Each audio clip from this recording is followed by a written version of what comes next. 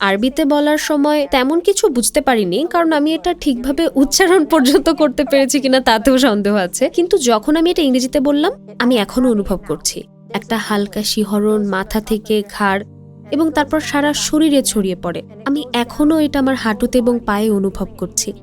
আপনি একটা তরঙ্গের মতো অনুভব করবেন, যেন আপনার পুরনো জীবন আপনাকে ছেড়ে চলে যাচ্ছে। এবং আদম আলাইহিসসালামের রূহ যেমন ওপর থেকে নিচে ফু দেওয়া হয়েছিল, ঠিক তেমন ভাবে নতুন জীবন আপনার শরীরে প্রবেশ করছে। এরপর আমি হালকা, খুবই হালকা অনুভব করলাম, অনেক বেশি হালকা। আর ঠিক এর পরেই আসরের আজান পড়লো, আর আমি অজু কিভাবে করতে হয় না জেনেই অজু করতে গেলাম। কেউ একজন বলে দিল এভাবে করো, ওভাবে করো না, এবং আমার আরেক বান্ধবীর পাশে দাঁড়িয়ে গেলাম। পুরোটা সময় আমি তার দিকে দেখে দেখে নামাজ পড়লাম, ঠিক এভাবে, ও এভাবে। এবং সেটা ছিল আমার প্রথম নামাজ, আর আমার যতদূর মনে পড়ে তারপর থেকে আমি কোনো নামাজ মিস করিনি।